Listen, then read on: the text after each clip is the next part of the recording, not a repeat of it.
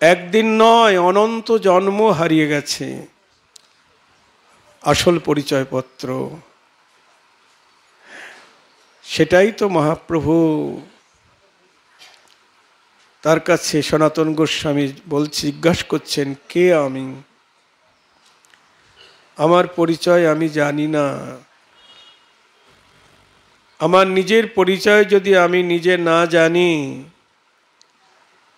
তাহলে আমার কিসে মঙ্গল হবে? কে আমি, কেন আমায় যারে তাপত্রয়, কেন আমায় ত্রিতাপ জ্বালা দুঃখ দিচ্ছে?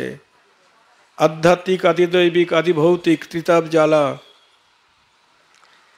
মানসিক, দৈহিক,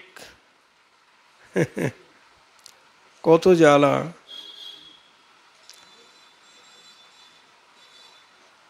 মানসিক ব্যাধি সবচাইতে বড় ব্যাধি।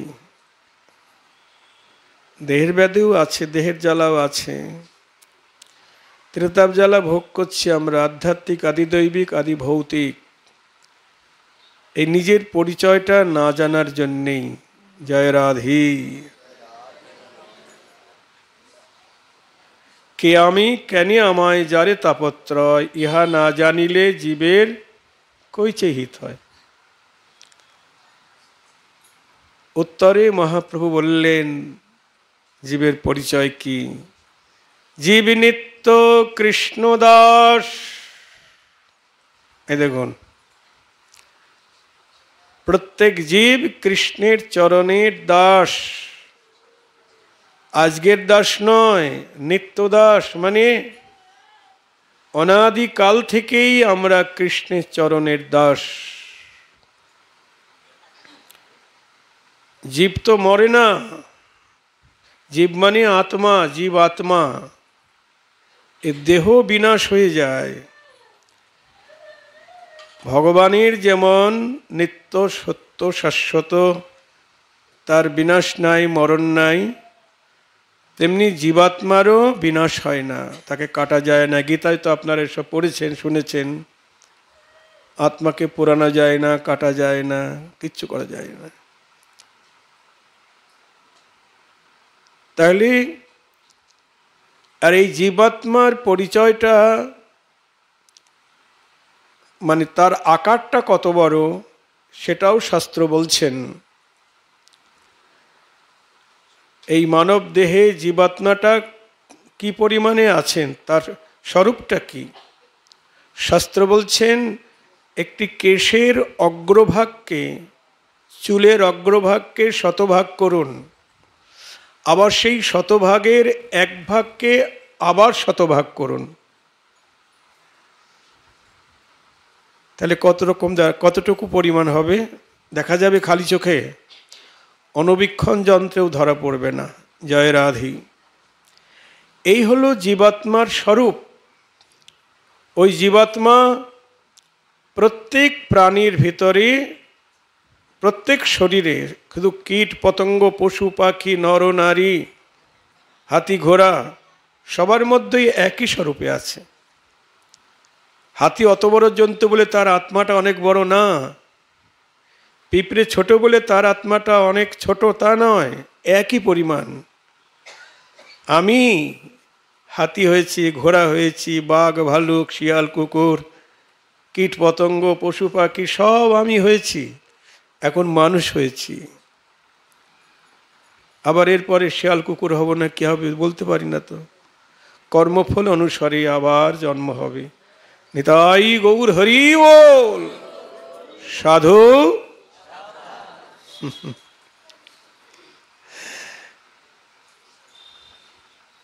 আত্মা কখনো মরে না। গীতায় বলছেন, মানুষ যেমন পুরাতন বস্ত্র ত্যাগ করে নতুন বস্ত্র গ্রহণ করে, আত্মাও তেমনি পুরাতন দেহ ত্যাগ করে নতুন দেহ আশ্রয় করে।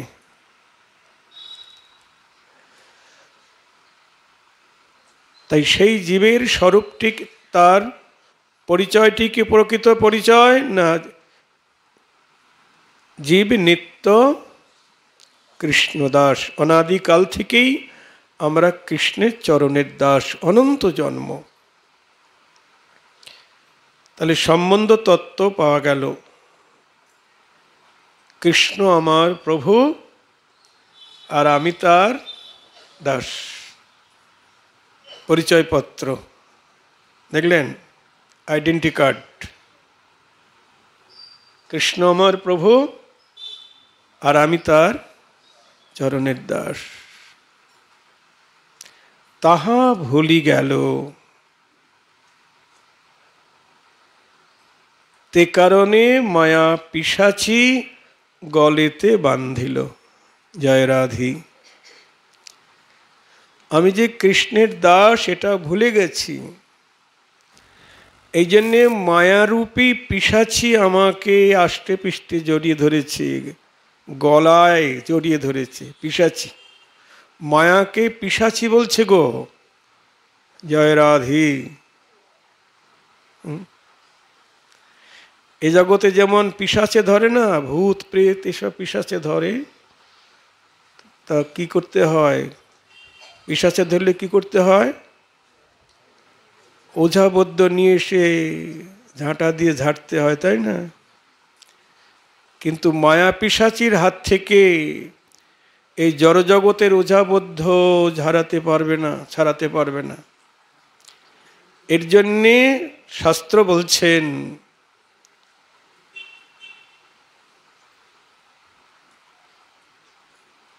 ভ্রমিতে ভ্রমিতে যদি কোনো ওঝা বৈদ্য পায়, কোনো বৈদ্য পায় আর কি, ব্রহ্মাণ্ড ভ্রমিতে কোনো ভাগ্যবান জীব গুরু কৃষ্ণ প্রসাদে পায় ভক্তিলতা বীজ। নানা জনি ভ্রমণ করতে করতে করতে করতে করতে করতে গুরু কৃষ্ণ প্রসাদে পায় ভক্তিলতা বীজ। মহাপ্রভু বললেন যে কৃষ্ণকে ভালোবাসি না, কৃষ্ণের সেবা করি না, দাসের কর্তব্য কি? প্রভুর সেবা করা। কিন্তু দাস যদি প্রভুর সেবা না করে তাহলে কি হবে? প্রভু তাকে ছাঁটাই করে দেবে, তাই না? আর ছাঁটাই করলেই পোলাপান্নি না খেয়ে মরতে হবে, হ্যাঁ, চাকরি চলে গেলে। তা কৃষ্ণের দাসত্ব করি না, কৃষ্ণের সেবা করি না, এই জন্যে ছাঁটাই হয়ে গেছি। কৃষ্ণ ভুলি জীব অনাদি বহির্মুখ। অনাদি বলতে অনন্ত জন্ম, বহির্মুখ মানে বিমুখ। বিমুখ মানে পিছন ফিরে থাকা। আমি আপনাদের সামনাসামনি আছি, সম্মুখ। এখন যদি পিছন ফিরে বসি তাহলে বিমুখ। সম্মুখের বিপরীত শব্দ বিমুখ। তা মহাপ্রভু বলছেন কৃষ্ণ ভুলি জীব অনাদি বহির্মুখ, অনন্ত জন্ম কৃষ্ণের দিক থেকে মুখ ফিরিয়ে আছি। জয় রাধে। এক জন্ম নয়, একসঙ্গেই বাস করছি, একই ঘরে বাস করছি, অথচ তার সঙ্গে আমার দেখা হচ্ছে না। এটা কি করে হয়? একই ঘরে, হৃদয় মন্দিরে আমি আছি, আমি জীবাত্মা, আর কৃষ্ণ পরমাত্মা, ভগবান পরমাত্মা, দুইজনেই আছি একই ঘরে, অথচ তার সঙ্গে আমার দেখা নাই। সে আমাকে দেখতে পাচ্ছে, আমি তাকে দেখতে পাচ্ছি না। এটা কি করে হয়? কি করে হয়? এই দেখুন, আমি সামনাসামনি আছি, আপনাদের দেখতে পাচ্ছি। এখন যদি মুখ ফিরিয়ে থাকি তাহলে দেখতে পাবো? অনন্ত জন্ম যদি এখানে বসে থাকি দেখা হবে না।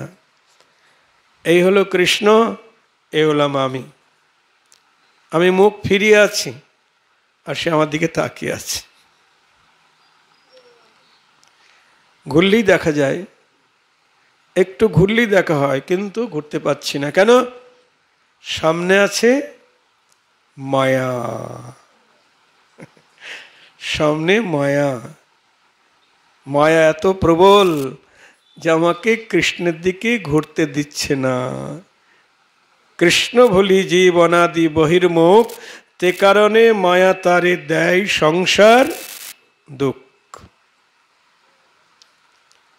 একদম সোজা কথা। কৃষ্ণকে ভুলে থাকার জন্য, কৃষ্ণের সেবা করি না বলেই মায়া আমাকে ত্রিতাপ জ্বালা দিচ্ছে।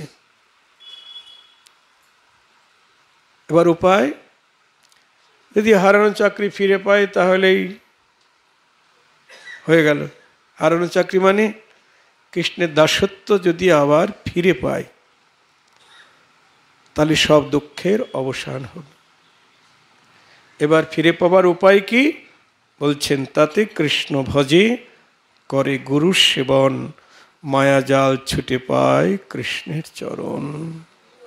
নিতাই গৌর হরি বল। তাতে কৃষ্ণ ভজে মানে তত্ত্ববস্তু কৃষ্ণের ভজন করতে হবে আর গুরুদেবের সেবা করতে হবে। তত্ত্ববস্তু কৃষ্ণের ভজন কি? কৃষ্ণের ভজনটা কিভাবে করতে হবে? ভজন মানে তাতে কৃষ্ণ ভজে করে গুরু সেবন।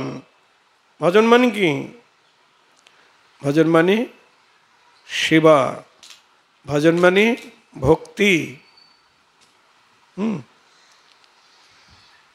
ভজ হরে মন শ্রীনন্দনন্দন অভয় চরণারবিন্দরে। মহাজন বলছেন, দুর্লভ মানব জনম সৎসঙ্গে, দুর্লভ মানব জনম সৎসঙ্গে, তর হয়ে ভব সিন্ধুরে। ভজ হরে মন শ্রীনন্দনন্দন অভয় চরণারবিন্দরে। দেখুন, মনকে বলছে, মন ভজ হরে মন শ্রীনন্দনন্দন। আর কেউ আমাদের ভজনীয় নয়, আর কেউ আমাদের আরাধ্য নয়, আর কেউ সেবনীয় নয়। মহাজন আমাদের বলছেন ভজ হরে মন শ্রীনন্দনন্দন অভয় চরণারবিন্দরে। যে চরণে শরণ নিলে আর কোনো ভয় থাকে না। কিভাবে ভজন করবে? দুর্লভ মানব জনম সৎসঙ্গে। এই মানব জন্মটা হলো দুর্লভ। দুর্লভ মানে যা সহজে লাভ করা যায় না। এখন মানবকুলে জন্মেছি, এরপরে মানবকুলে আবার জন্ম পাবো এর কোনো নিশ্চয়তা নেই। জানে একমাত্র যিনি অন্তরে বসে আছেন, তিনি জানেন এর পরবর্তীতে আমার কোন কুলে জন্ম হবে। যদি ভরতমুনি হরিণ শিশুর মায়ায় পড়ে হরিণ শিশুর চিন্তা করতে করতে পরজন্মে হরিণ হয়, তাহলে আমি পরজন্মে কি হব? যদি কুকুর বিড়াল নিয়ে ঘুমাই তাহলে পরবর্তী জন্ম কি হব? ওইটাই হব। শুধু তাই নয়, যদি গৌরগোবিন্দের ভজন করতে করতে মরণটা হয়, গৌরগোবিন্দের চিন্তা করতে করতে যদি মৃত্যু হয়, তবে আশা করতে পারি পরজন্মে আবার মানুষ হতে পারব। জয় রাধে। নামাচার্য হরিদাস ঠাকুর শ্রীবাসঙ্গনে মহাপ্রভু ঈশ্বরভাবে আবিষ্ট হয়ে সবাইকে বরদান করছেন। সবাই বর চেয়ে নিচ্ছেন। শেষে হরিদাসকে ডাকছেন, হরিদাস, সবাইকে তো বর দিলাম, তোমাকে একটু বর দিতে চাই। প্রাণান্ত করিয়া মারিল তোমারে যে যবন গণে, তাদেরও মঙ্গল চিন্তা তুমি করিলে ভালো মনে। জানো হরিদাস, 22 বাজারে যখন ওরা বেত্রাঘাত করছিল যবনেরা, তখন আমি সুদর্শন চক্রকে পাঠিয়েছিলাম, যাও সুদর্শন, আমার হরিদাসকে যারা প্রহার করছে তাদের ছিন্ন ভিন্ন করো। সুদর্শন গিয়েছিল, কিন্তু তুমি বললে প্রভু ওদের ক্ষমা করে দাও, ওরা অজ্ঞান, ওরা বোঝে না ওরা কি করছে, তুমি ওদের ক্ষমা করে দাও। তাই আমার সুদর্শন চক্র আর আঘাত করতে পারল না, ফিরে এলো। তখন আমি কি করেছি জানো? তোমার অঙ্গের মারণ নিজ অঙ্গে পেতে লই, এই দেখো তার চিহ্ন আছে, মিছা নাহি কই। আমি নিজ অঙ্গে পেতে নিয়েছি, বলি তোমার অঙ্গের চাবুকের আঘাত আমি নিজ অঙ্গে পেতে নিয়েছি। তোমার অঙ্গের চাবুকের আঘাত এই দেখো এখনো তার চিহ্ন আছে, তোমার অঙ্গের চাবুকের আঘাত আমি নিজ অঙ্গে পেতে নিয়েছি। হরিদাস ঠাকুর দেখছেন মহাপ্রভুর শ্রী অঙ্গে সেই চাবুকের আঘাত। হরিদাস বললেন, প্রভু তোমার এত দয়া, এত করুণা, যে তোমার শরণ লয় তাকে তুমি এত কৃপা করো, কিন্তু আমি যে তোমার শরণবিহীন, তা সত্ত্বেও তোমার এত কৃপা। দেখুন, ভক্তের অঙ্গে আঘাত করলে ভগবানের অঙ্গে আঘাত করা হয়। হরিভক্ত বৈষ্ণবকে দুঃখ দিলে ভগবানকে দুঃখ দেওয়া হয়। এই জন্য সাধু সাবধান। হরিস্থানে অপরাধী তারে হরি নাম, বৈষ্ণবস্থানে অপরাধী নাহি কয়ারান। ভগবানের কাছে অপরাধ করলে সেটা হরিনাম করলে খণ্ডন হবে, কিন্তু বৈষ্ণবকে দুঃখ দিলে নাহি কয়ারান। মহাপ্রভু নিজের মাকে পর্যন্ত ক্ষমা করেনি। সবাইকে বর দিচ্ছিলেন, সচিমা গিয়ে সামনে দাঁড়িয়েছেন, বলছে, কে সচিমা কৃষ্ণ প্রেম পাবে না? শ্রীবাস বলছে, কেন প্রভু? বলছে, বৈষ্ণব অপরাধী। কেমন ন্যায় বিচারক দেখেছেন? কোন বৈষ্ণবের কাছে অপরাধ করেছেন? বলছে, অদ্বৈত আচার্যের কাছে। কি অপরাধ? আমার অগ্রজ বিশ্বরূপ যখন সন্ন্যাসে চলে গেল, সচিমা অদ্বৈত আচার্যকে বলেছেন। কে বলেছে? অদ্বৈত না, ও দ্বৈত। অদ্বৈতকে দ্বৈত বলার অপরাধ। আমার ছেলেটাকে কুমন্ত্রণা দিয়ে সন্ন্যাসী পাঠিয়েছে, দেখেছেন? অপরাধ হয়ে গেছে। মহাপ্রভু বলছে, কৃষ্ণ প্রেম পাবে না। কৃষ্ণ প্রেম সবাই পাবে, জগাই মাধাই পর্যন্ত পেয়েছে, কিন্তু বৈষ্ণব অপরাধী পাবে না। নিতাই গৌর হরি বল। শ্রীবাস বলছেন, প্রভু কি করলেই বৈষ্ণব অপরাধ থেকে নিস্তার পাবে মা? বলছে, অদ্বৈতের কাছে গিয়ে ক্ষমা চাইতে হবে, তার চরণধূলি মাথায় গায়ে মাখতে হবে। সচিমা গিয়ে অদ্বৈতের কাছে ক্ষমা চাইলেন, যে আমি মায়ায় অন্ধ হয়ে আপনাকে কি বলেছি, ক্ষমা করে দিন। যখন ক্ষমা চেয়ে এলেন, তার চরণধূলি গায়ে মাথায় মাখলেন। মহাপ্রভু বলছে, সচিমায়ের কৃষ্ণ প্রেম হোক। তাই হরিদাসকে আঘাত করছেন, মহাপ্রভুর পিঠে আঘাত লাগছে। হরিদাস বলছে, প্রভু তুমি আমার অঙ্গের চাবুকের আঘাত নিজ অঙ্গে নিয়েছ। যাক ওসব কথা, হরিদাস ওসব ছাড়ো। যে কথাটা বলতে চাইছি, সবাইকে বর দিয়েছি, তুমি একটা বর চাও, বলো। হরিদাস ঠাকুর বলছেন, প্রভু আমার তো কোনো সাধন ভজন নাই, আমি কোন আশায় তোমার কাছে বর চাইব। ভাবুন মায়েরা, যিনি প্রতিদিন 3 লক্ষ হরিনাম করেন, তিনি বলছেন আমার কোনো সাধন ভজন নেই, কোনো পুণ্যকর্ম নেই, কোন আশায় বর চাইব।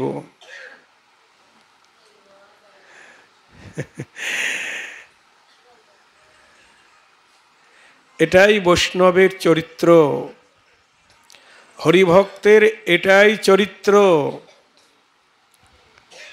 সর্বোত্তম হয়েও নিজেকে হীন করি জানে।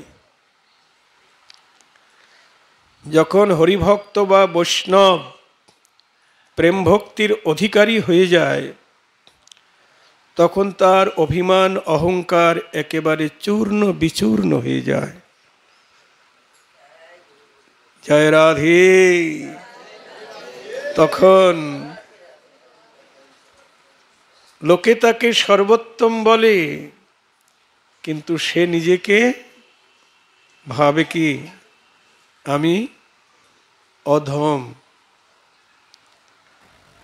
দেখুন, নিজেকে অধম ভাবলে জগতে আর কেউ শত্রু থাকে না। থাকে? হ্যাঁ বলুন, থাকবে? আমি অধম আর সবাই উত্তম, তাহলে তো আর কেউ শত্রু থাকলো না। কারোর সঙ্গে ঝগড়া বিবাদ কিচ্ছু থাকবে না। মহাপ্রভু এই মন্ত্রটাই আমাদের দিয়েছেন না? ত্রিনাদৌপি শুনিছেন তররেব সহিষ্ণুনা অমানীন মানদেন কীর্তনীন সদা হরি।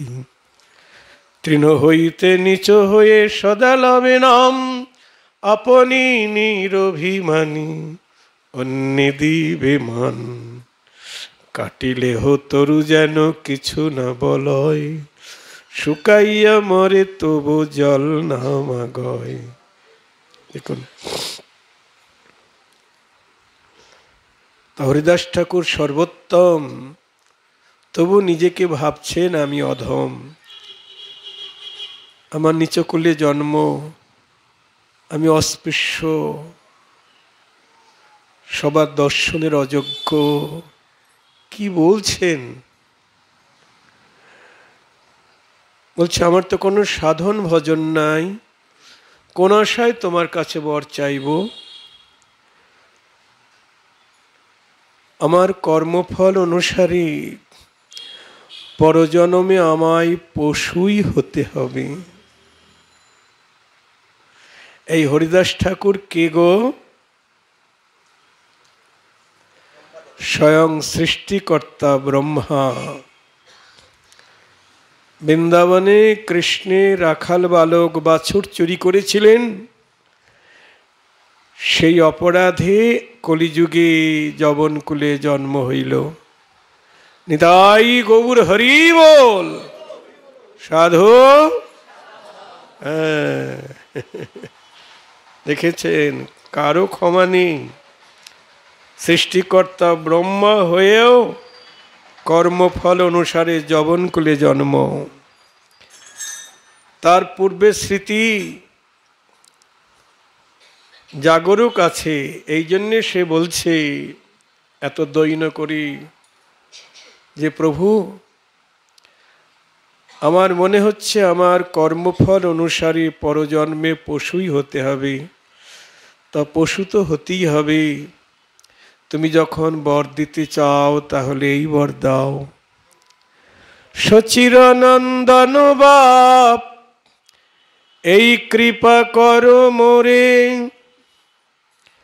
একটি কুকুর করিয়া মোরে রাখো তোমার ভক্তের দ্বারে। নিতাই গৌর হরি বল। যেন বৈষ্ণব দ্বারে একটি কুকুর করো। বলি আবার যখন জন্ম হবে আমায় বৈষ্ণব দ্বারে একটি কুকুর করো। যেন অন্য পশু করো না গো আমায় বৈষ্ণব দ্বারে কুকুর করো। বৈষ্ণব দ্বারিতে যদি হইতাম কুকুর এটো দিয়ে তরাই তো আমায় বৈষ্ণব ঠাকুর। নিতাই গৌর হরি বল।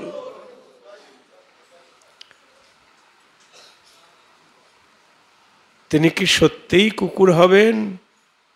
না না, এ তার দৈন উক্তি। মানুষ হয়ে তো বৈষ্ণবের এটো প্রসাদ করাতে পারলাম না, কারণ মান অভিমান আছে, লজ্জা আছে, ঘৃণা আছে। তাই বৈষ্ণবের দ্বারে যদি কুকুর হয়ে জন্মাতে পারি, কুকুরের কি মান অভিমান আছে গো? আছে? লজ্জা, ঘৃণা? তেমনি গুরু বৈষ্ণবের কৃপা পেতে গেলে এরকম লজ্জা, মান, অভিমান, ঘৃণা সব ত্যাগ করতে হবে। তবেই তো গুরু বৈষ্ণবের কৃপা হবে। আপনারা এখানে এসেছেন কেন? কিছু দেওয়া হবে? টাকা পয়সা, লক্ষ্মীর ঘট? কেন এসেছেন? কিছু পাওয়ার জন্য, তাই না? আপনারা আমার গৌর হরিকে ভালোবাসেন, আমার নিতাই চাঁদকে ভালোবাসেন, রাধা মাধবকে ভালোবাসেন, তাই ভালোবাসার মানুষের কথা শুনবার জন্য এসেছেন। হ্যাঁ গো, এটাই আমাদের সবচাইতে বড় পাওয়া।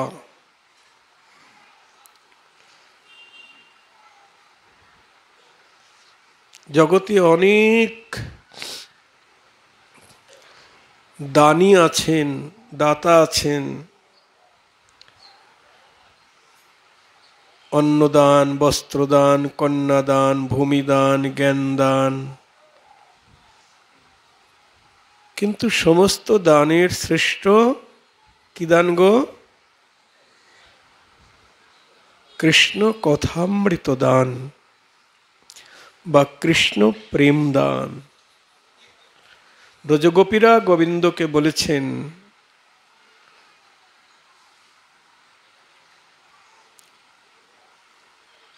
তব কথামৃতম তপ্ত জীবনম কবিভিরিডিতং কলমশপহম শ্রবণম মঙ্গলম শ্রীমদাততম ভুবি গৃহ্ণন্তি তে ভুরিদা জনা। তব কথামৃতম তপ্ত জীবনম,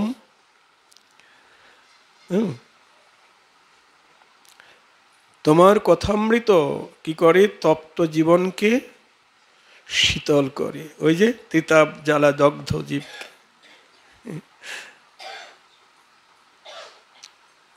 এবং কর্ণে শ্রবণ করলেই মঙ্গল। শ্রবণ মঙ্গলম শ্রীমদাততম ভুবি গৃহ্ণন্তি তে ভুরিদা জনা। তোমার কথামৃত যারা দান করে তারা সবচাইতে বড় দাতা। ভুরিদা জনা, যারা হরিকথামৃত দান করেন বা হরিকথার আয়োজন করেন তারা সবচাইতে বড় দাতা। আপনি হরিকথা বলতে পারছেন না, হরিকথার আয়োজন করুন।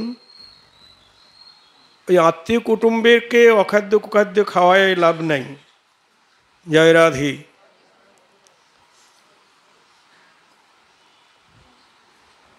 কোনো লাভ নাই। জীবিতে বাক্য পালঙ্ক মৃতা হে ভুরি ভোজনম ত্রয়ং আর গয়াং পিণ্ডদানম ত্রয়ং পুত্রস্য লক্ষণম। আমাদের ধর্মশাস্ত্র ছোটবেলায় পড়েছিলাম যে সন্তানের কর্তব্য কি? জীবিতে বাক্য পালঙ্ক, মানে পিতামাতার জীবিতকালে তাদের বাক্য পালন করা, মৃতা হয় ভুরি ভোজনম, তারপরে মৃত্যুর পর আত্মীয় কুটুম্বীদের ভুরি ভোজন করানো, মানে ভালো মন্দ খাওয়ানো, আর গয়াং পিণ্ডদানম, গয়াতে পিণ্ডদান, এই তিনটি পুত্রের লক্ষণ। কিন্তু যদি হরিভক্ত সন্তান জন্মে, তার ওই ভুরি ভোজন আর করানো দরকার নেই। সে কি করবে?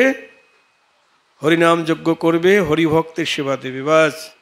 আর কিছু না হলেও চলবে, গয়ায় পিণ্ডদান না করলেও চলবে।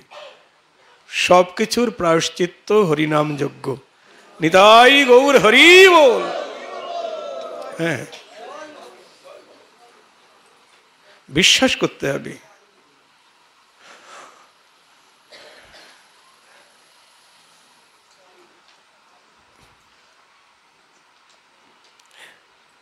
তাহলে হরিদাস ঠাকুর তিনি বলছেন পরজন্মে আমায় পশুই হতে হবে। 3 লক্ষ হরিনাম করে যদি তিনি এই কথা বলেন, তাহলে আমার মতো জীবাধম পরজন্মে যে মানুষ হবে তার কি আশা আছে? কোনো ভরসা নেই। জয় রাধে। ভরতমুনি শুধু একটু হরিণের চিন্তা করে মারা গেছে, তার জন্য পরজন্মে হরিণ হয়ে জন্মালো। এই জন্য আর দেরি নয়। দুর্লভ মানব পেয়েছি মানব জনম।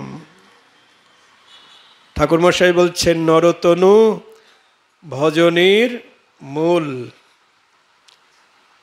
যখন শিয়াল কুকুর ছিলাম তখন কি ভজনের সুযোগ ছিল? সাধু সঙ্গে আসতে পেরেছি, হরি কথা বলতে পেরেছি, হাত দিয়ে গৌর গোবিন্দের সেবা করার সুযোগ ছিল, গুরু সেবা করার সুযোগ ছিল না। দুর্লভ মানব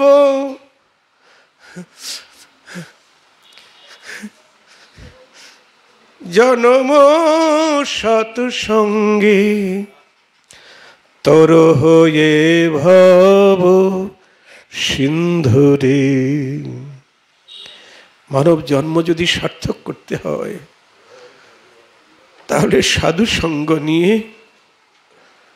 আমার গোবিন্দের, গৌর গোবিন্দের ভজন করো।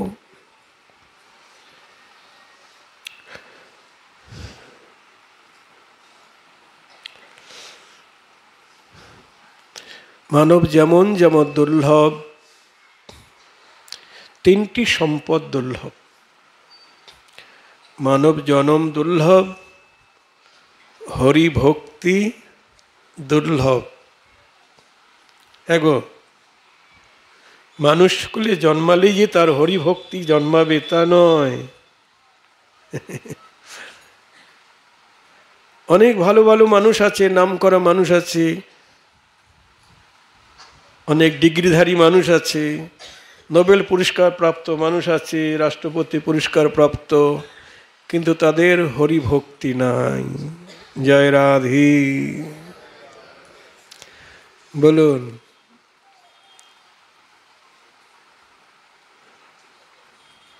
কিন্তু হরিভক্তি না থাকলে সে অমানুষ। আমরা এই জগতে যতই তাকে মানুষ বলি না কেন, হরিভক্তি না থাকলে আমাদের বৈষ্ণব শাস্ত্র বলছেন সে অমানুষ। মানুষের আকার হইলে কি হয়, করহ ভূতের কাম, নহিলে বদনে কেন না বলো শ্রীকৃষ্ণ গোবিন্দ নাম, শ্রীকৃষ্ণ গোবিন্দ নাম। পাখিরে নাম বলাইলে বলে বৃন্দাবনে সারি শুকয়াদি কত, তুমি যেই হাতে আলস্য করো এ হয় কেমন ঋত, এ হয় কেমন ঋত, রসনা বদন বিবর ভিতরে। রসনা মানে কি? জিহ্বা। রসনা বদন বিবর ভিতরে, কেবল বলিলে হয়, আলস্য করিয়া নরকে যাইবে, বলো কারবা এই অপচয়, কারবা এই অপচয়। আলস্য করে বলবে না, আন কথা খুব বলবে, ঝগড়া করতে খুব, তখন খুব শক্তি জন্মায়, তাই না? কিন্তু হরিনাম করতে লজ্জা। আসল কথা মুখে আসে না। অভ্যাস যদি না থাকে তাহলে আসবে না। ট্রেনের মধ্যে বসে আছি, একজন ভিখারি ভিক্ষা চাইছেন, বাবু পয়সা দেন, খাবো। আমি বলো জয় নিতাই, রাধে রাধে, বলো অনেক বেশি দেবো। ও বললেও না, পয়সাও নিল না। তার মানে কি? ও তো অভ্যাস করেনি, ওই জন্য ওর মুখে আসছে না।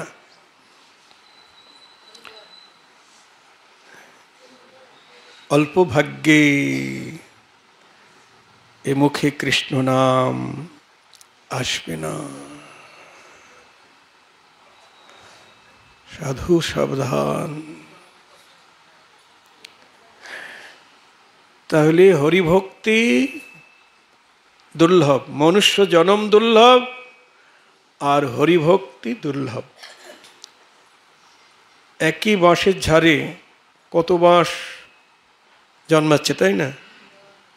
কোনোটা গিয়ে ড্রেন পরিষ্কার করছে, আবার কোনো বাঁশ গিয়ে কি হচ্ছে, ফুলের সাজি তৈরি হচ্ছে, তাই না?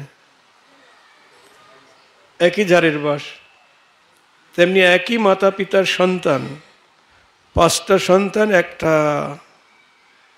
চলে গেল বার হয়ে ভজন পথে।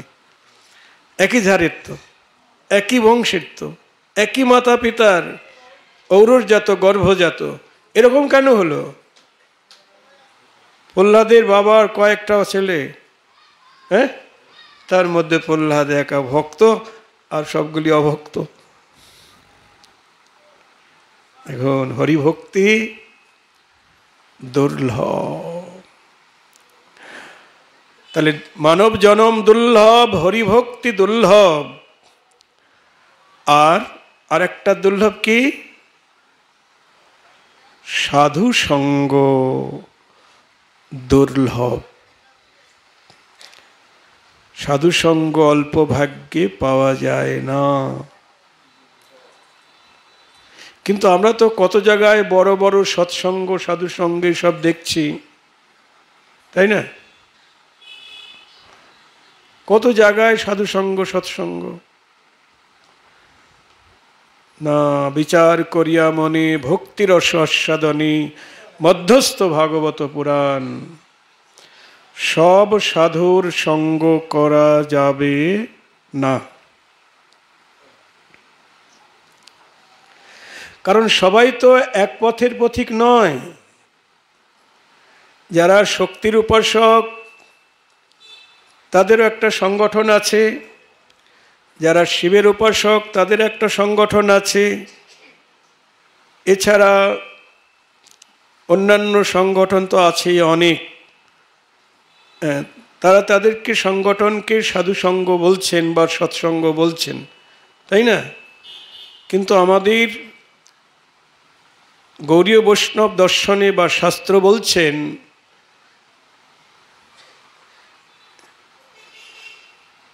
মহাপ্রভু নিজেই সনাতনকে বলছেন এই চৈতন্য চরিতামৃতে, অসৎসঙ্গ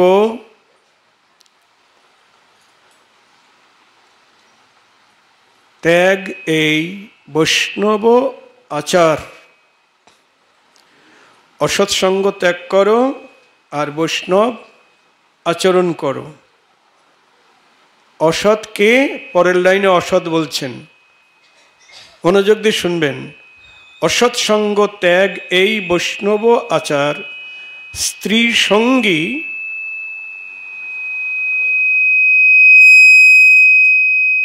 এক অসাধু, কৃষ্ণা ভক্ত আর। একজন অসৎ হলেন স্ত্রী সঙ্গী, আর এক অসৎ হলেন কৃষ্ণা ভক্ত। কৃষ্ণ যুক্ত অভক্ত মিলে কৃষ্ণা ভক্ত, মানে কৃষ্ণকে যে ভক্তি করে না সে কি বলুন?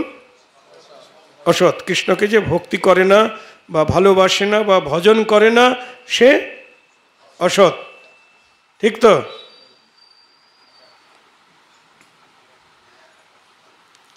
এক কথায় উত্তর। আবার এর আগে একটা কথা বলা হয়েছে, স্ত্রী সঙ্গী এক অসাধু, মানে স্ত্রীলোকের সংসর্গে যারা থাকে তারা অসাধু। কি গো মায়েরা, ভাবছেন আমরা এত খারাপ? আমাদের সঙ্গে যারা থাকে তারা সব অসৎ, মানে অবৈধভাবে যারা স্ত্রী সঙ্গ করে তারা সব অসৎ। নিজ স্ত্রী ছেড়ে অন্য স্ত্রীতে গেলে সে অসৎ। আবার সেই সকল সঙ্গীর সঙ্গ যারা করে তারা অসৎ। স্ত্রী সঙ্গীর সঙ্গ যে করে সেও, নিজ স্ত্রীতেও যদি কেউ অত্যন্ত আসক্ত হয় সেও অসাধু, সেও অসৎ। জয় রাধে। সাধু সাবধান। যে আসক্ত হবে সে তো আপনাকে ওই দিকেই টানবে। একজন পাঠক, বলবো মনে আপনারা কিছু করবেন না, আমি বলছি না, কিন্তু পাঠক বলেছেন শুনেছি, হিন্দিতে পাঠ করছেন, বলছেন আপনাদের কয়টা পা? শ্রোতাদের বলছেন আপনাদের কয়টা পা? কেন দুটো? পাঠক মশাই বলছেন শাদিকে বাদ, মানে বিয়ের পরে কয়টা? বিয়ের পরেও দুটো? নেই নেই, শাদিকে বাদ চতুষ্পদ, মানে আপনার দুইটা আর আপনার সঙ্গীর দুটা। কিরকম কথা হলো? মানে তখন তো আর দুই পায়ে চলতে পারবেন না, কি চলে যাবে? তখন যা কিছু সিদ্ধান্ত দুইজনা মিলে নিতে হবে, ঠিক বলছি তো নাকি? হ্যাঁ, সাধন ভজনের বিষয়ে বা সাংসারিক বিষয়ে, যে কোনো বিষয়ে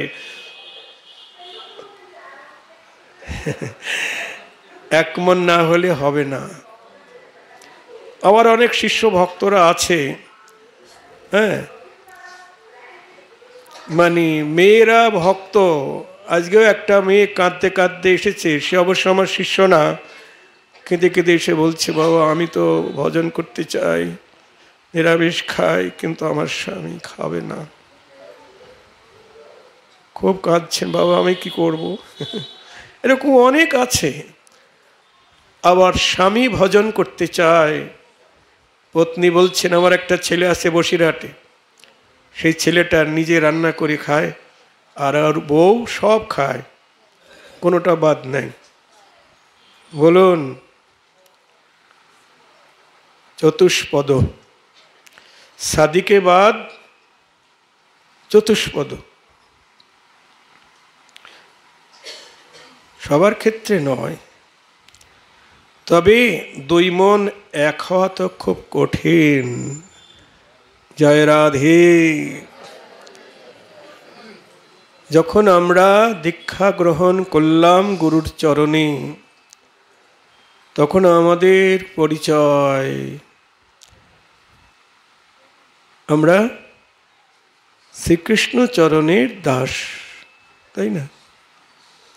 বা আরও ভজন পথে অগ্রসর হলে আমরা রাধা চরণের দাসী, সেও দাসী আমিও দাসী। যখন গুরুদেবের কাছে এই পরিচয়পত্র মিলবে, মঞ্জরি স্বরূপ গুরুদেব দান করবেন, আমি রাধারানীর দাসী, আমার স্বামীও দাসী, বা স্বামীও দাসী আমিও দাসী। তখন তো আমাদের আর কোনো কিছু দৈহিক কোনো সম্পর্ক আর থাকা সম্ভব নয়। কারণ যখনই আমাদের যুগল সেবায় অভিলাষ জাগবে, বলুন যুগল সেবা কে কে চান? হাত তোলেন। রাধাকৃষ্ণের যুগল সেবা সবাই চান তো নাকি? হ্যাঁ, বাইরে অনেকে হাত তোলে নেই। যুগল সেবা, আমরা যুগলের উপাসক, সবাই যুগল সেবা চাই। তাহলে যুগলের সেবা করতে গেলে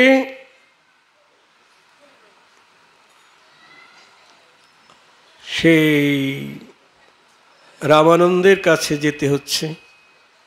মধ্যলীলায় ৮ম পরিচ্ছেদে মহাপ্রভু জিজ্ঞাসা করছে, রামানন্দ বলো, সাধ্য বস্তু সাধন বিনে কেহ নাহি পায়, কৃপা করি কহরায় পাবার উপায়।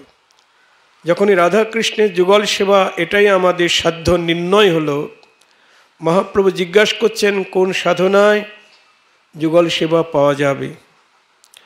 তখন রামানন্দ বলছেন, রাধাকৃষ্ণ লীলা হয় অতি গুরুতর, দাস্য সখ্য বাৎসল্যাদি ভাবের না হয় গোচর, সবে মাত্র সখীগণের ইহাতে অধিকার, সখী লীলা আশা দিয়ে করে লীলার বিস্তার। দেখুন, যারা কৃষ্ণের দাস্যরসের ভক্ত, কৃষ্ণের দাস, তারা পাবে না। যারা সখ্যরসের ভক্ত, শ্রীদামাদি সখা, তারাও পাবে না। আর কৃষ্ণ রাধারানীর বাবা মা কেউ পাবে না যুগল সেবা। একমাত্র সখীগণের অধিকার, আর সখীদের আনুগত্য নিয়ে যারা ভজন করবে তারাই পাবে। তাহলে দেখুন, এ বিষয়ে আমরা কালকে তো এখানে আবার হবে, বিস্তারিত আস্বাদন করব। তাহলে দেখুন, আমাদের পরিচয়টার কথা বলছি। তাহলে আমাদের যখনই এই পরিচয়টা পেলাম যে রাধার দাসী না হলে, আমরা যখন তুলসী আরতি করি একই কথা তো, এই মনের অভিলাষ বিলাসকুঞ্জে দিও বাস, নয়নে হেরিব সদা যুগল রূপরাশি, এই নিবেদন ধরো সখীর অনুগত করো, কুঞ্জসভা দিয়ে মরে করো রাধা দাসী। রাধা দাসী না হলে যুগলের সেবা পাওয়া যাবে না। তাহলে আমরা যখন যুগলের সেবা দাসী আমরা দুজনাই, তখন তো আমাদের মধ্যে আর কোনো অন্য কোনো কামনা বাসনা থাকাই তো উচিত নয়। তাহলে তো ওই স্বভাবটা আসবে না। জয় রাধে। তা যাই হোক, এই জন্যে বলছেন সাধু সঙ্গ দুর্লভ, সব সাধুর সঙ্গ করা যাবে না। স্বজাতীয় সাধু সঙ্গ করতে হবে। স্বজাতীয় সাধু সঙ্গ কাকে বলে?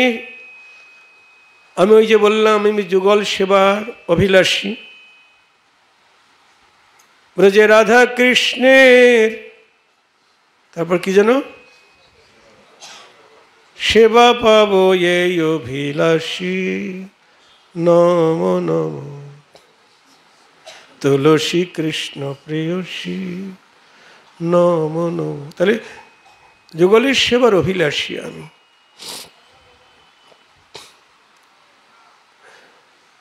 তাহলে আমাকে যারা যুগল সেবা করছেন, এই ভজন পথের পথিক যারা,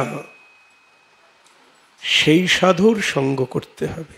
জয় রাধে। নরোত্তম ঠাকুর প্রেম ভক্তি চন্দ্রিকায় বলছেন, অসৎক্রিয়া কুটিনাটি ছাড়ন্য পরিপাটি,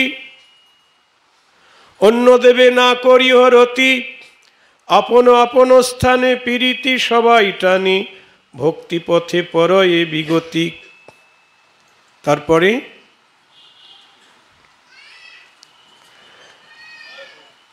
আপন ভজন পথ তাহে হব অনুরত, ইষ্ট দেবস্থানে লীলা গান। দেখেছেন, কৃষ্ণ ভক্ত সঙ্গ করি, কৃষ্ণ ভক্ত অঙ্গ হরি, শ্রদ্ধান্বিত শ্রবণ কীর্তন, অর্চন শরণ ধ্যান, নবভক্তি মহাজ্ঞান, এই তত্ত্ব পরম ভজন। কৃষ্ণ ভক্ত সঙ্গ করি, কৃষ্ণ ভক্ত অঙ্গ হেরি। হেরি মানে কি? দেখা। স্বজাতীয় সাধু সঙ্গ,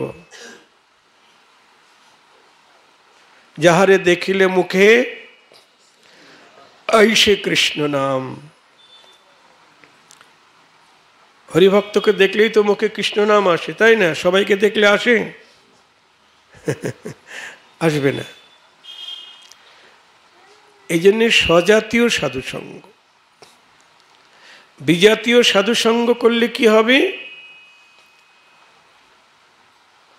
ভজন পথে অগ্রসর তো হওয়া যাবেই না, আরও আপনি ভক্তি থেকে বিমুখ হয়ে যাবেন। ঠাকুরমশাই সাবধান করে দিচ্ছেন, যোগী ন্যাসী কর্মী জ্ঞানী, অন্য দেব পূজক ধ্যানী, ইহলোক দূরে পরিহরি, ধর্ম কর্ম দুঃখ শোক যে বা থাকে অন্য যোগ, ছাড়ি ভজ গিরি বরধারী। জয় রাধে। যোগী ন্যাসী কর্মী জ্ঞানী, অন্য দেব পূজক ধ্যানী, ইহলোক দূরে পরিহর। মানে নিজের ভজনকে রক্ষা করবার জন্যে এই সমস্ত সংস্পর্শ থেকে দূরে থাকতে হবে। যদি আমরা রাগানুগা মার্গে রাধাকৃষ্ণের যুগল সেবা পেতে চাই, দেখুন সবার তো একরকম অভিলাষ নয়। যারা যুগল সেবা পেতে চাইবে, ব্রজে রাধাকৃষ্ণের যুগল সেবা, তাদেরকে এই সাবধানতা অবশ্যই অবলম্বন করতে হবে। যদি যুগল সেবায় অভিলাষ থাকে,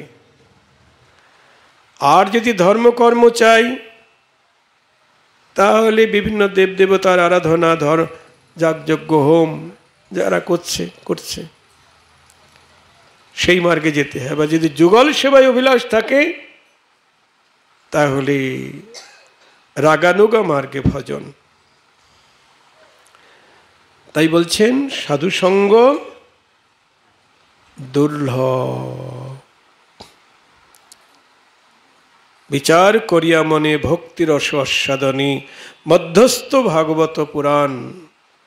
নরোত্তম ঠাকুর বলছেন, করহ ভকত সঙ্গ, প্রেম কথা রসরঙ্গ, লীলা কথা ব্রজ রসপুরে। ভক্ত সঙ্গ করবে। কোন ভক্ত সঙ্গ? প্রেম কথা রসরঙ্গ, লীলা কথা ব্রজ রসপুরী। যারা ব্রজ রসপুরে ডুবে আছে, নবদ্বীপ এবং বৃন্দাবন। নবদ্বীপের রসে ডুবে আছেন আর বৃন্দাবনে ডুবে আছেন। আমাদের এই দুটি লীলাই যুগপৎ আস্বাদ্য। যেমন আমরা বৈষ্ণব পদাবলী কীর্তন করি, আর লীলা কীর্তন করতে গেলে, বৃন্দাবন লীলা গাইতে গেলে আগে গৌরচন্দ্রিকা গাইতে হয়। কারণ গৌরের কৃপা ছাড়া বৃন্দাবন লীলা আস্বাদন হবে না। যদি গৌরাঙ্গ না হইত কেমনে হইত, কেমনে ধরিতাম দে, রাধার মহিমা প্রেম রস সীমা, রাধার মহিমা প্রেম রস সীমা, জগতে জানত কে, কে জানত রাধার মহিমা, কে জানত। আমার গৌর যদি নায়াসিত রাধার মহিমা কে জানতো, আমার গৌর যদি নায়াসিত রাধার মহিমা কে জানতো। মধুর বৃন্দা বিপিন মাধুরী প্রবেশ চাতুরী সার, বরজ যুবতী ভাবের ভকতি শকতি হইতকার। এই যে ব্রজগোপীর যে প্রেম আমরা কেউ জানতে পারতাম না। ব্রজগোপীর ভাবেই তো পরিপূর্ণ কৃষ্ণ প্রাপ্তি। গৌর ছাড়া আর কেউ জানাতে পারত না, আর জানতে পারতাম না আমরা। এই জন্য আগে গৌর ভজন, আবার গৌরকে ভজন করতে গেলে তার সঙ্গে নিতাইকে ভজন করতে হবে। অনেকে নিতাই গৌরকে মানে না। হ্যাঁ গো, তারা বলছে আমরা সৎসঙ্গ করি, কিন্তু সেটা কেমন সৎসঙ্গ? যারা নিতাই গৌরকে মানে না তারা কি প্রকৃত সৎ?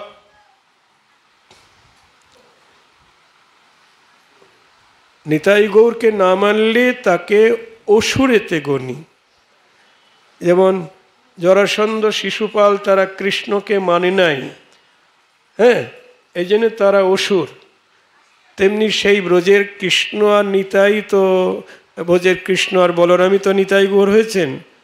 ব্রজেন্দ্র নন্দন যেই শচীসুত হইল সেই, বলরাম হইল নিতাই। দিনহীন যত ছিল হরিনামে উদ্ধারিল, তার সাক্ষী জগাইয়ার মাধাই।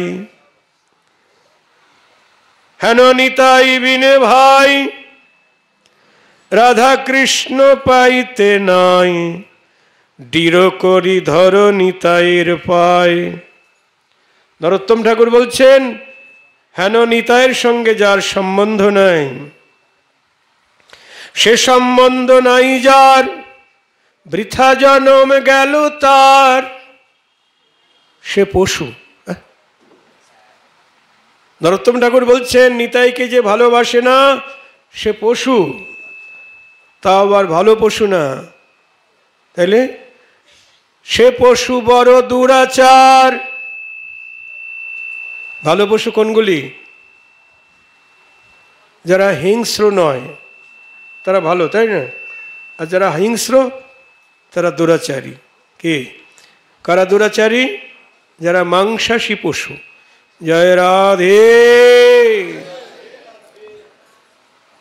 সে পশু বড় দুরাচার, নিতাই না বলি মুখে, মজিল সংসার সুখে, বিদ্যাকুলে কি করিবে তার। অহংকারে মত্ত হয়ে নিতাই পদ পাশরি, অসত্যের সত্য করি মানি, নিতাইয়ের করুণা হবে, ব্রজে রাধা কৃষ্ণ পাবে, ভজ নিতাইয়ের চরণ দুখানি। নিতাইয়ের চরণ সত্য, তাহার সেবক নিত্য, নিতাই পদ সদা কর আস। নরোত্তম বড় দুঃখী, নিতাই মোরে কর সুখী, রাখো রাঙা চরণেরই পাশ। নিতাই গৌর হরি বল।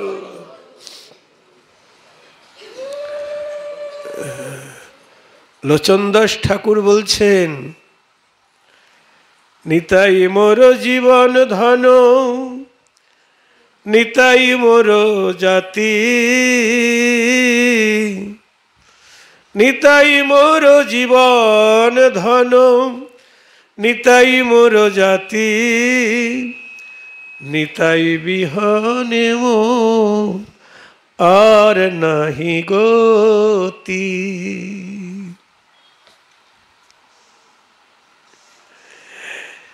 সংসার সুখের মুখে তুলে দিয়ে ছাই। কি বলছে গো মায়েরা বলুন? লোচনদাস ঠাকুর বলছেন, সংসার সুখের মুখে তুলে দিয়ে ছাই, নগরে মাগিয়া খাব গাইব নিতাই।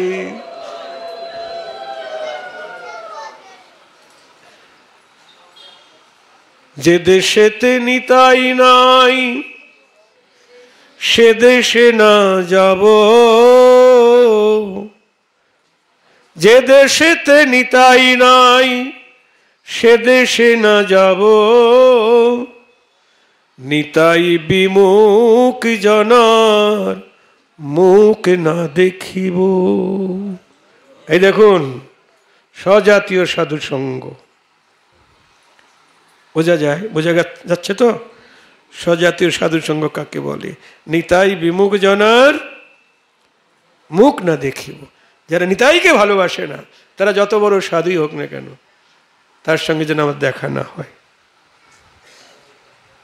নিতাইকে যারা ভালোবাসে না, নিতাই বিমুখ জনার মুখ না দেখিব, গঙ্গা যার পদজল হর শিরে ধরে, হেন নিতাই না ভজিয়া দুঃখ পাই মরে।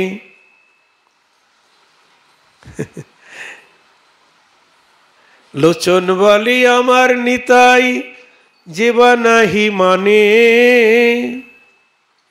অনল ভেজাই তার মুখ মাঝখানি। জয় রাধে। কি বলছেন? লোচন বলি আমার নিতাই যেবা নাহি মানে, অনল মানে কি? আগুন জ্বালিয়া দিই তার মুখের মাঝখানে। জয় রাধে।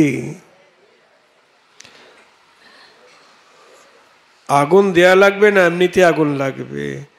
নিতাইকে না মেনে যতই রাধে কৃষ্ণ বলো না কেন পাবে না। সংসারের পার হইয়া ভক্তির সাগরে, যে ডুবিবে সে ভজুক আমার নিতাই চাঁদেরে। জয় রাধে নিতাই গৌর হরি বল।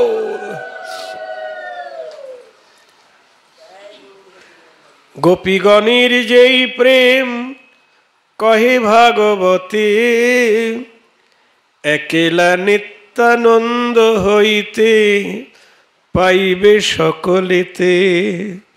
নিতাইর কৃপা ছাড়া কেউ পাবে না। হ্যাঁ গো,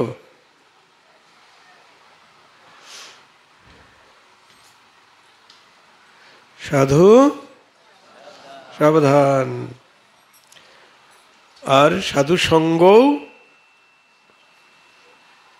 সাবধানে করতে হবে। সব সাধুর সঙ্গ করা যাবে না। এমনকি যারা যোগিনাশী কর্মী জ্ঞানী অন্যদেব পূজক ধ্যানী এদের সঙ্গে থেকে দূরে থাকতে হবেই। এমনকি যারা বিধি ভক্তিতে কৃষ্ণের আরাধনা করছেন তাদের যদি আপনি সঙ্গ করেন, যারা কৃষ্ণকে ভগবান জ্ঞানে চিন্তা করছেন তাদের সঙ্গ করলেও আপনার রাগানুগা মার্গের ভজনে বিঘ্ন হতে পারে। নাকি নাকি বলেন আপনারা? হ্যাঁ, বিঘ্ন হবে না? হবে তো বিঘ্ন নাকি? হ্যাঁ, বিঘ্ন হবে। একজন কৃষ্ণকে ভগবান জ্ঞানে চিন্তা করে আর আপনি কৃষ্ণকে কিভাবে ভালোবাসেন? রাধা কৃষ্ণ প্রাণ মোর যুগল কিশোর। রাধা কৃষ্ণ আমার কে? জোরে বলুন, সবাই বলুন। রাধা কৃষ্ণ প্রাণ মোর যুগল কিশোর, জীবনে মরণে গতি আর নাহি মোহ, জীবনে মরণে গতি আর নাহি মোহ। কালিন্দির কুলে কেলি কদম্বেরি বন, রতন বেদির পরে বসাব দুজন। যারা কৃষ্ণকে ঈশ্বর জ্ঞানে ভগবান জ্ঞানে চিন্তা করে তারা কি এই যুগল সেবা পাবে? তারা কি এই গান তাদের ভালো লাগবে? বা তারা জোর করে গাইলেও অত বেশি হৃদয় স্পর্শ করবে না, বুঝতে পারছেন? আর যা রাধা কৃষ্ণকে নিজের প্রাণ বা প্রাণের অধিক ভালোবেসেছেন তারাই তো গাইবেন। তারা কে? তারা রাধাচরণের দাসী, তারাই গাইবেন রাধা কৃষ্ণ প্রাণমোর। কে ঠিক বলছি তো? হ্যাঁ, কালিন্দির কুলে কেলি কদম্বেরি বন, রতন বেদির পরে বসাব দুজন।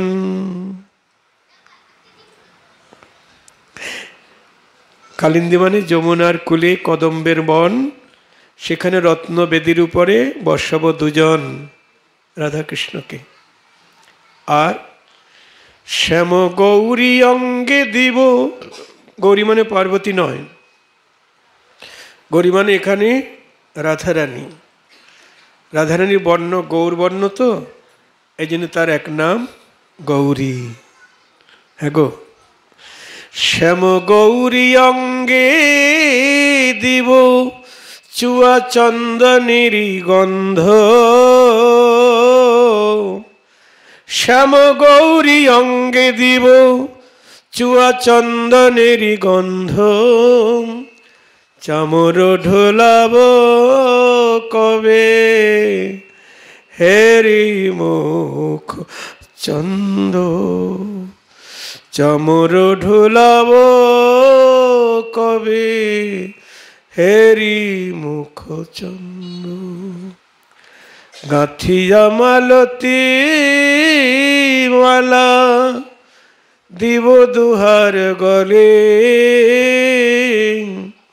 গাঁথিয়া মালতী মালা দিব দুহার গলে, অধরে তুলিয়া দিব কর্পূর তাম্বুলি। কে দেবে? রাধা দাসী ছাড়া অন্য কেউ দিতে পারবে না। এরপরে বলছেন ললিতা বিশাখায়াদি যত সখী বৃন্দ,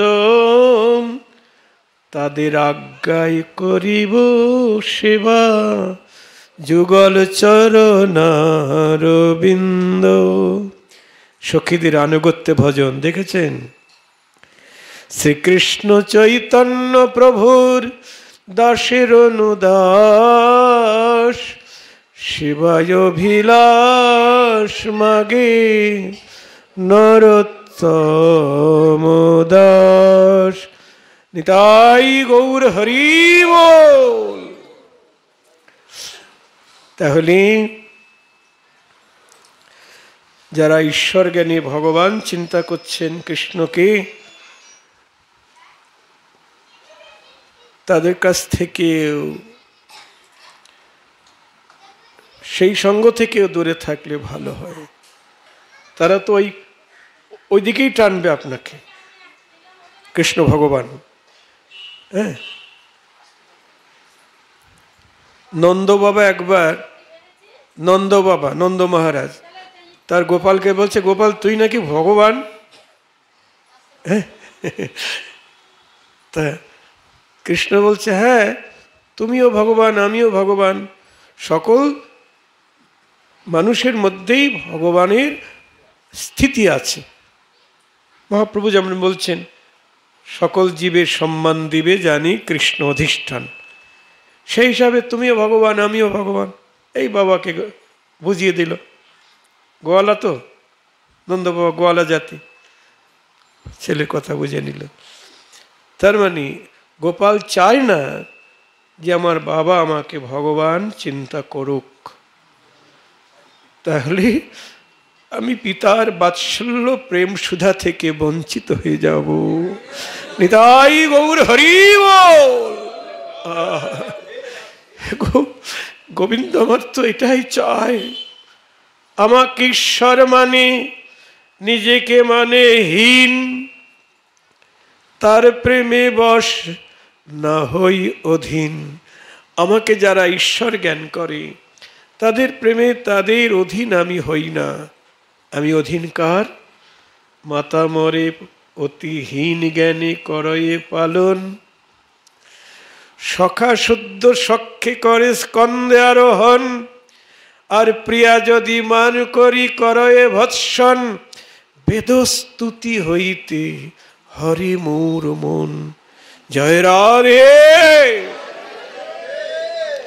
আমি অধীন শ্রীদামাদি সখাদের, যারা আমাকে ভুলেও কখনো ভগবান ভাবে না। বলে কানাই তুই কোন বড় লোক, তুই আমি সম।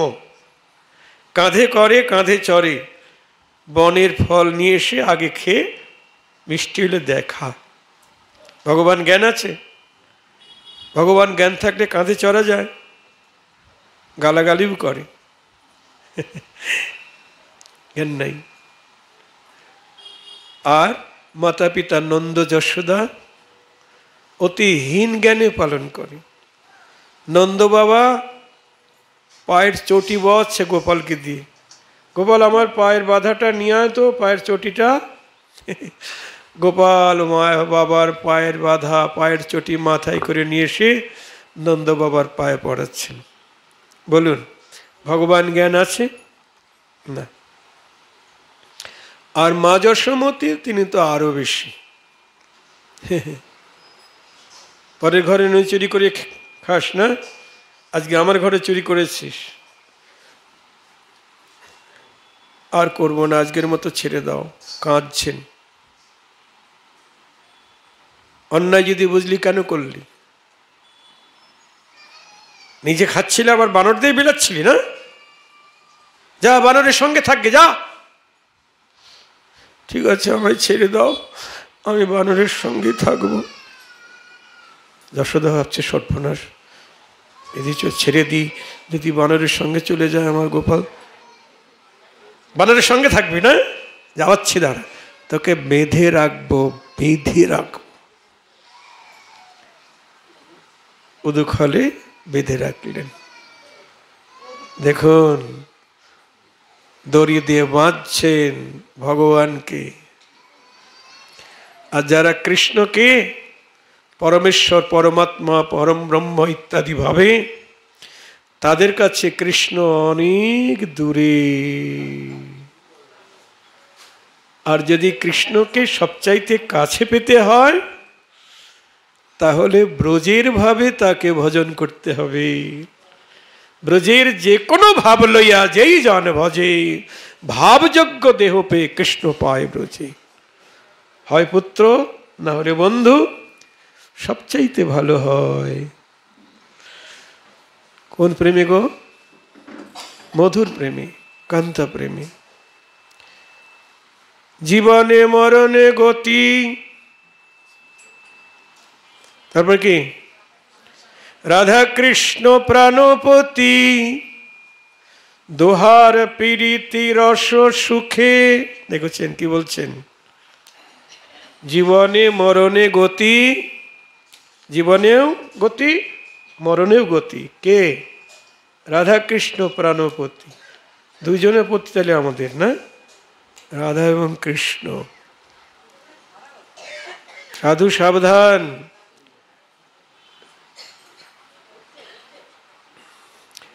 জীবনে মরণে গতি, রাধা কৃষ্ণ প্রাণপতি।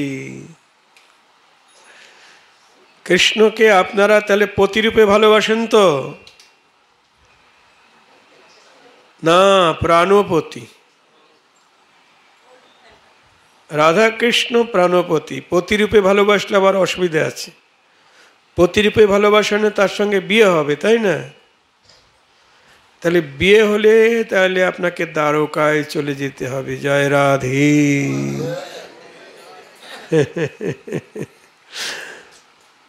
তাহলে পতিরূপে ভালোবাসা যাবে না। তাহলে কিভাবে ভালোবাসতে হবে? উপপতি রূপে। উপপতি বোঝেন তো? উপপতি পরকীয়া, তাই না? ঘরে স্বামী থাকবে, স্বামী থাকতেও পরপুরুষ কৃষ্ণকে ভালোবাসতে হবে। আপনারা বাসেন তো নাকি? কি গো মায়েরা বলুন? তাহলে সব গোল্লায় গেছে।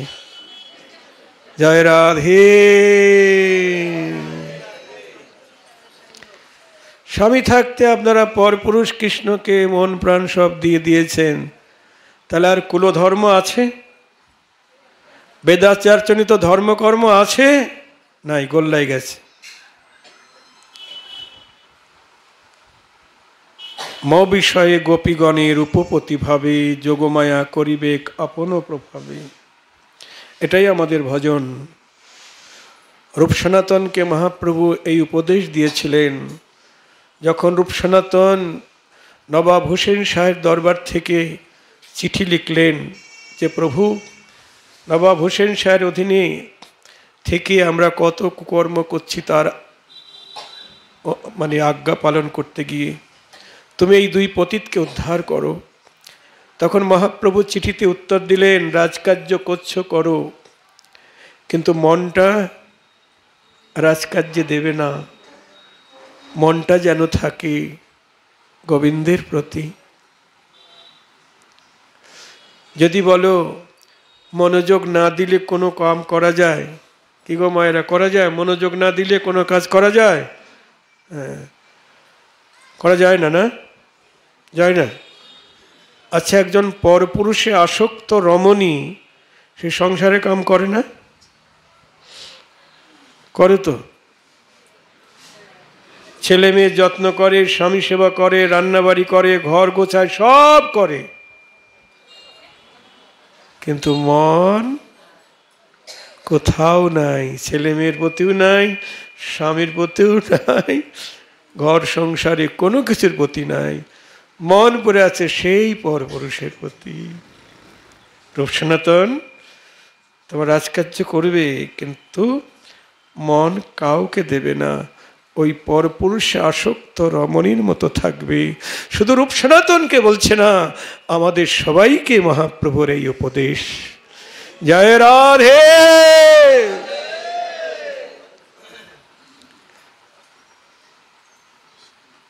সবসময় ভাবতে হবে এরা আমার কেউ না। এগো অভিনয় করতে হবে, তোমরা ছাড়া আমার কে আছে, তাই তো? স্বামী স্ত্রী অভিনয় করতে হবে, তুমি ছাড়া আমার কে আছে, তোমাকেই তো সব দিয়েছি। কিন্তু মনে মনে ভাবতে হবে স্বামী আমার না, স্ত্রীও আমার না, কোনোদিন ছিলও না, থাকবেও না। আমার সর্বস্ব গোবিন্দ, সর্বস্ব রাধা মাধব, সর্বস্ব নিতাই গৌর, নিতাই গৌর হরি বল। চির আপন, এটাই হলো পরকীয়া। রাধারানীর নিজের স্বামী আছে না, আয়ন ঘোষ, কিন্তু মন কি ওনার প্রতি একটু আছে? দিবা নিশি সদা সর্বক্ষণ গোবিন্দের চরণে তার মন, কারো প্রতি নাই।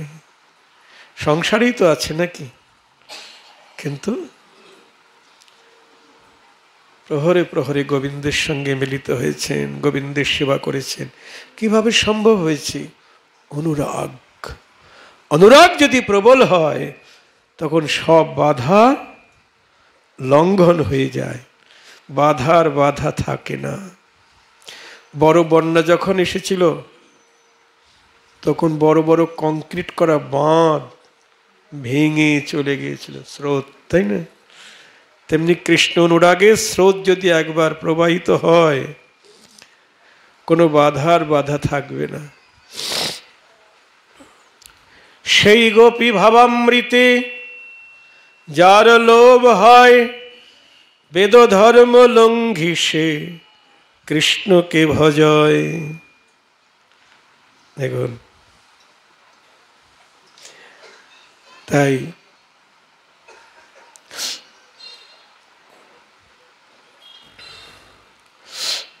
তাহলে সম্বন্ধ তত্ত্ব নিয়ে আমরা প্রথমে আলোচনা করেছিলাম। সম্বন্ধ তত্ত্ব কি? কৃষ্ণ, আর কেউ সম্বন্ধ তত্ত্ব নেই। আর তারপরে হলো অভিধেয় তত্ত্ব। সনাতনকে অভিধেয় তত্ত্ব বলছেন মহাপ্রভু। অভিধেয় তত্ত্ব মানে হলো সাধন ভক্তি। সাধন ভক্তি মানে কৃষ্ণকে পাবার উপায়। 64 প্রকার সাধন ভক্তির অঙ্গ আছে, তার মধ্যে 9 প্রকার, তার মধ্যে আবার 5 প্রকার। সাধুসঙ্গ, নাম কীর্তন, ভাগবত শ্রবণ, মথুরাবাস, শ্রীমূর্তি, শ্রদ্ধায় সেবন। বলছেন এই 5-এর অল্প সঙ্গ, এই 5-এর অল্প সঙ্গেই কৃষ্ণ প্রেম লাভ হয়। সকল সাধন শ্রেষ্ঠ এই পঞ্চঙ্গ, কৃষ্ণ প্রেম জন্মায় এই 5-এর অল্প সঙ্গ। পঞ্চঙ্গ কি কি? আমাদের সবটা করা সম্ভব না হলেও অন্তত এই 5টা অঙ্গটা অন্তর্যাজন করা উচিত। প্রথম কি বললেন? সাধুসঙ্গ। আর কিরকম সাধুসঙ্গ করতে হবে সেটা তো শুনলেন, তাই না? সজাতীয় সাধুসঙ্গ। আর তারপর হলো নাম কীর্তন। নাম কীর্তন অনেকে বলছে এটা বিধিমার্গ, অনেকে বলছে নাম কীর্তন বিধিমার্গ। নরোত্তম ঠাকুর বলছেন না, এটা বিধি হলেও এটা আমাদের রাগানুগা মার্গের, এটা অবশ্যই প্রয়োজন। নাম কীর্তন, যাকে ভালোবাসবো তার নাম কীর্তন করব না? মহাপ্রভু বলছেন নাম সংকীর্তন কলৌ পরমোপায়। কাকে বলেছেন? হর্ষে প্রভু কহে শোনো স্বরূপ রাম রায়, নাম সংকীর্তন কলৌ পরময় উপায়। কেন নাম সংকীর্তনকে পরম উপায় বললেন? যেই নাম সেই কৃষ্ণ ভজনিষ্ঠা করি। কে বলছেন? নরোত্তম ঠাকুর। যেই নাম সেই কৃষ্ণ। নাম আর নামই আলাদা নয়। আমার নাম আর আমি আলাদা, কিন্তু ভগবানের নাম আর ভগবান আলাদা নয়, এক। তাহলে যেই নাম সেই কৃষ্ণ, তাহলে কৃষ্ণ সম্বন্ধ তত্ত্ব, তাই তো? আগে বলা হলো কৃষ্ণ সম্বন্ধ তত্ত্ব। আর অভিধেয় তত্ত্ব কৃষ্ণকে পাওয়ার উপায়। নাম সংকীর্তন এটা হলো অভিধেয় তত্ত্ব, মানে সাধন ভক্তি হলো। আবার নামের মধ্যে কি আছে? কৃষ্ণ তো আছেই, আবার নামের সঙ্গে প্রেম আছে। মহাপ্রভু প্রেম দিয়েছে, নাম প্রেম মালা গাথি পরাইল সংসারে।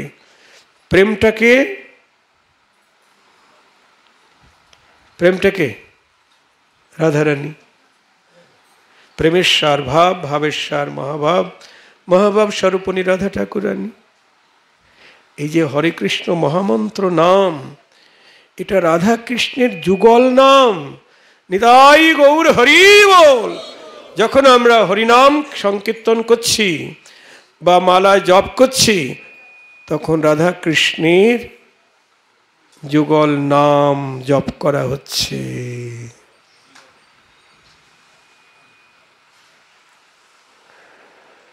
হ্যাঁ, হরে কৃষ্ণ। কেউ বলছেন হরে কৃষ্ণ বলছে কেন? হ্যাঁ হ্যাঁ, রাধে রাধে বলছে কেন? হরে কৃষ্ণ বলো। একটা সংগঠন আছে যারা বলছে রাধে রাধে বলো না, হরে কৃষ্ণ বলো। ওরা এমন অজ্ঞান, বলুন। আরে হরে কৃষ্ণ মানে কি? অর্থ করো। হরে মানে হলো রাধা, আর কৃষ্ণ মানে কৃষ্ণ। আর রাম মানে রমন। তিনটে মন্ত্রই তো আছে, তাই না? 16 নাম, 16টা নামের মধ্যে 3টি নাম, হরে কৃষ্ণ রাম। হরে শব্দে রাধা, কৃষ্ণ শব্দে কৃষ্ণ, রাম শব্দে ত্রেতা যুগের রাম নয়, রমন। রমন মানে কৃষ্ণ, রাধা রমন, রাধা রমন। কিন্তু বুঝতে হবে, প্রভু কহে কহিলাম এই মহামন্ত্র, ইহা জপ গিয়ে সবে হইয়া নির্বন্ধ। এই নাম হইতে সর্বসিদ্ধি হইবে সবার, সর্বক্ষণ বল ইথে বিধি নাহি আর। অনেকে রাগানুগা মার্গে ভজন করছেন। আরে রাগানুগা মার্গ ভজন করছেন, তা হরিনাম করতে দোষ কি? নরোত্তম ঠাকুর বলছেন প্রেম ভক্তি চন্দ্রিকার প্রথমেই, ভাগবত শাস্ত্র মর্ম নববিধা ভক্তি ধর্ম, সদাই করিব সুসেবন। দেখুন,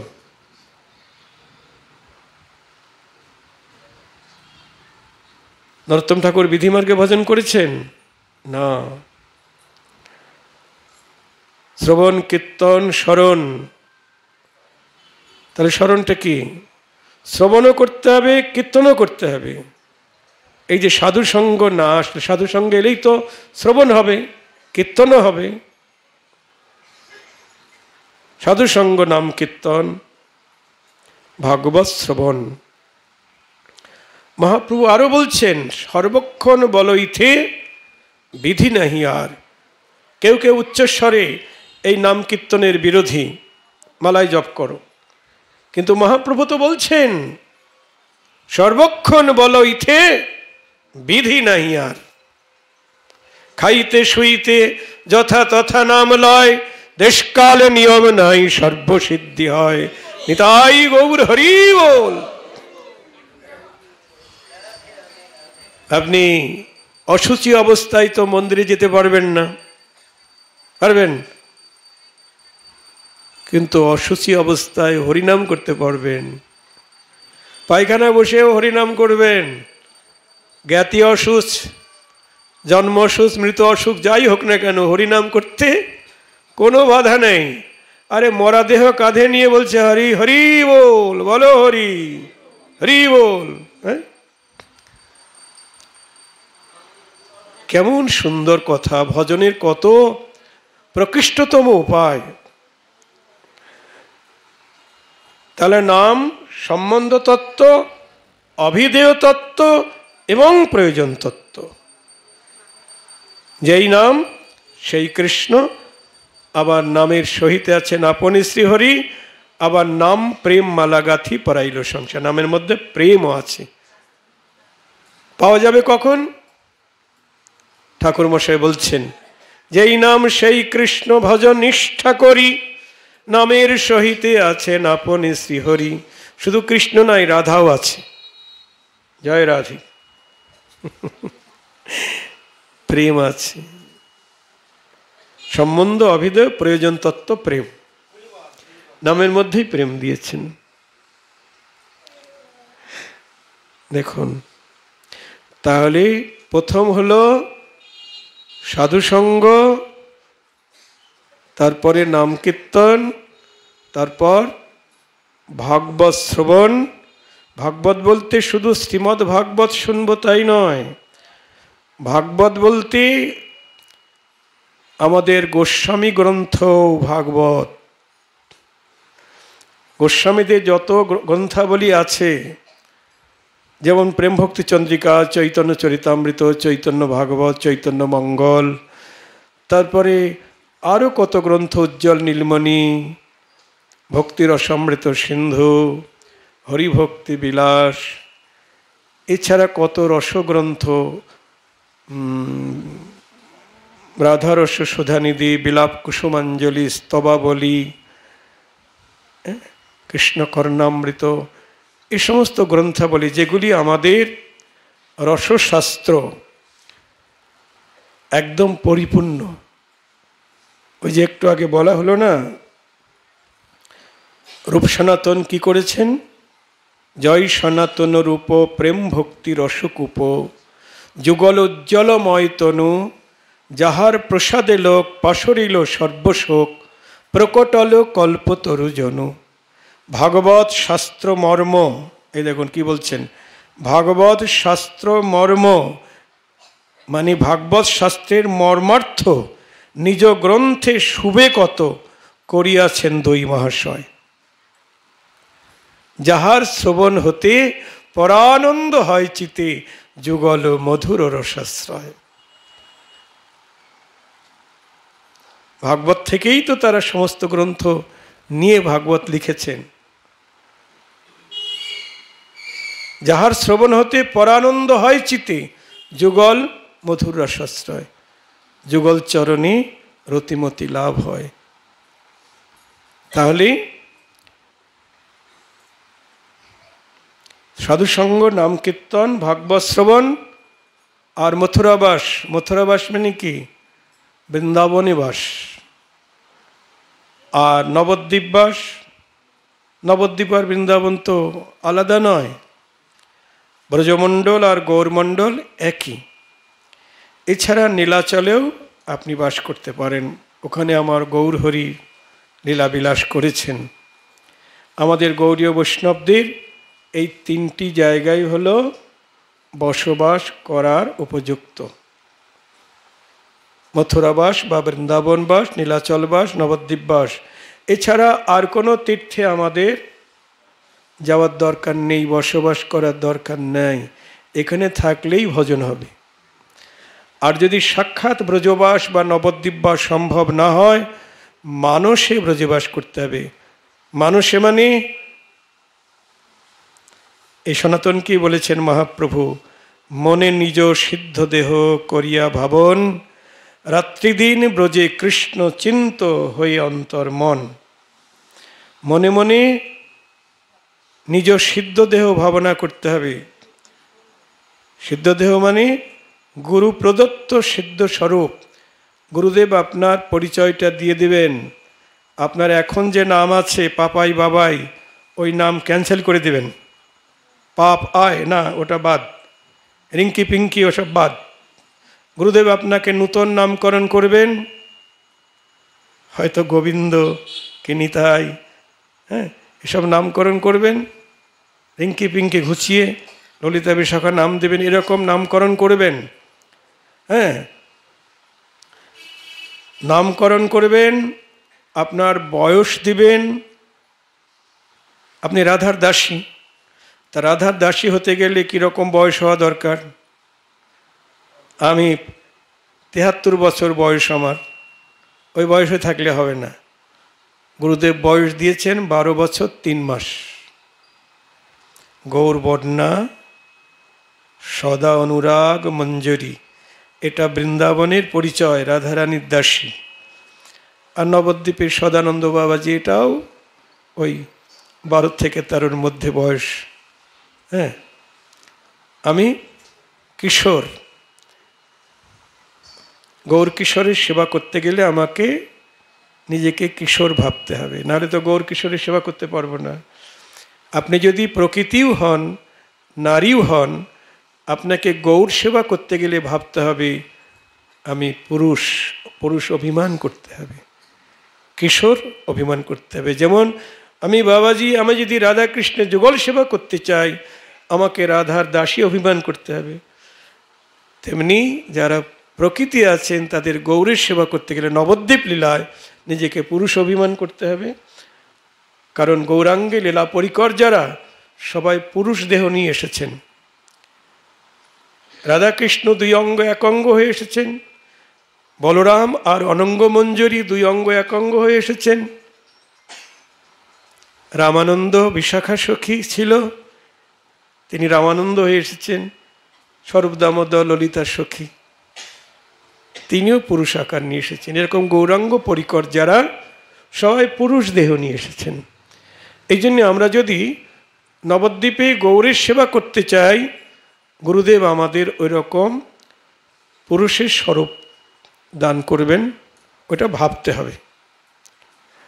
এবং বৃন্দাবন লীলায় যখন আমরা যুগলের সেবা করতে যাব, তখন আমাদের ওই প্রকৃতির স্বরূপ বা রাধা দাসীর স্বরূপ দান করবেন, আর ওটাই ভাবনা করতে হবে।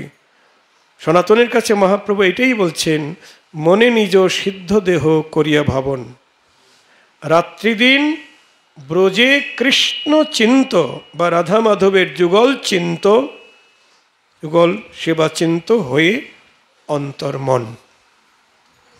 এটা চৈতন্য চরিতামৃতেই বলা আছে। এরপরে রাগানুগ মার্গের ভজনী, এটা মহাপ্রভু সনাতনকে বলছেন।